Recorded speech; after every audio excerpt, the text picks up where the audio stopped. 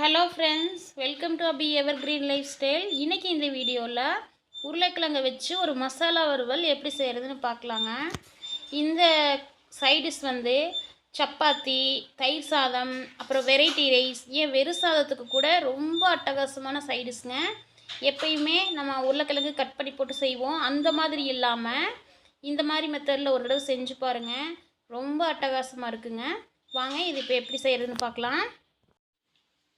ஒரு கடாயை அடுப்பில் வச்சுட்டு கொஞ்சமாக எண்ணெய் சேர்த்துட்டு கூடவே 2 சின்ன துண்டு பட்டை சேர்த்துட்டு அது கூடவே 1 டீஸ்பூன் ஃபுல்லாக சோம்பு எடுத்து நல்லா கல்லில் இடிச்சிட்டு சேர்த்துருக்கேன். முழு சோம்பு சேர்க்க வேணாம், கொஞ்சம் இடிச்சிட்டு 1-2 இடிச்சிட்டு சேர்த்தா நல்லாயிருக்கும். இது கூடவே ஒரு மீடியம் சைஸ் சின்ன வெங்காயம் சேர்த்து நல்லா கிளறி விட்டுக்கோங்க.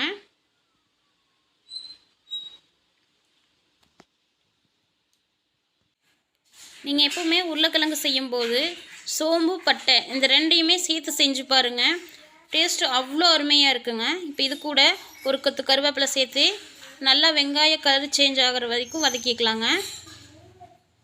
இப்போ பார்த்தீங்கன்னா தெரியும், வெங்காய கலர் சேஞ்ச் ஆகிடுச்சு. இது கூட நான் ஒரு 15 பல் போல் பூண்டு எடுத்து 1-2 தட்டி வச்சுருக்கேன். அதை இது கூட சேர்த்துக்கலாம். ஏன்னா உருளைக்கிழங்கு வாயு, அதனால் நம்ம தாராளமாகவே பூண்டு சேர்த்துக்கலாம்.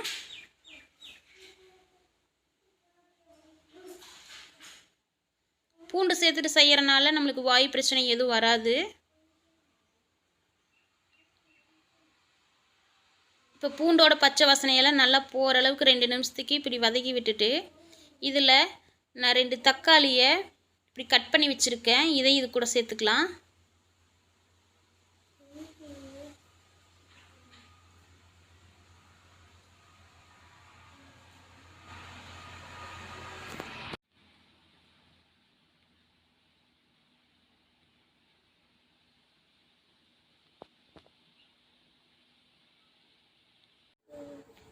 தக்காளி வதங்குற கலவா கொஞ்சமாக உப்பு சேர்த்துட்டு நல்லா கலந்து விட்டுக்கோங்க.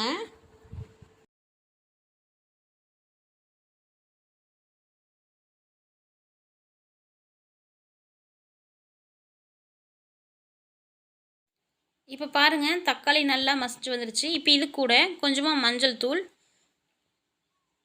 அப்புறமா 2 டீஸ்பூன் போல் குழம்பு மிளகாய் தூள் சேர்த்துக்கோங்க. இப்போ சேர்த்துட்டு ஒரு வாட்டி நல்லா அதோட பச்சை வாசனை போகிற அளவுக்கு கலந்து விட்டுக்கோங்க. அடுப்பை சிம்மில் வச்சு கலந்துக்கோங்க, இல்லைன்னா மசாலா பொடியெல்லாம் கருகிரும்.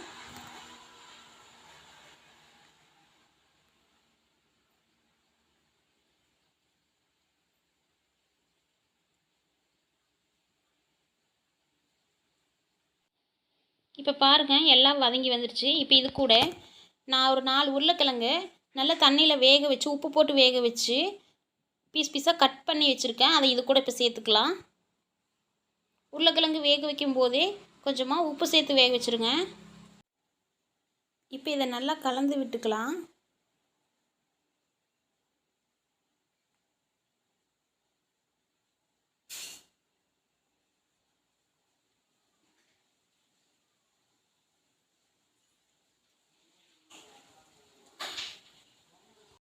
அடுப்பை சிம்மில் வச்சுட்டு ஒரு 2 நிமிஷத்துக்கு இப்படியே விட்டுருங்க. அப்போ தான் மசாலாவோட தன்மையெல்லாம் இதில் உள்ளே இறங்கும். அவ்வளோதாங்க, ரெடி ஆயிடுச்சு. கண்டிப்பாக இதை உங்கள் வீட்டில் செஞ்சு பார்த்துட்டு எப்படி இருந்துச்சுன்னு கமெண்ட் பண்ணுங்கள். தேங்க்ஸ் ஃபார் வாட்சிங்.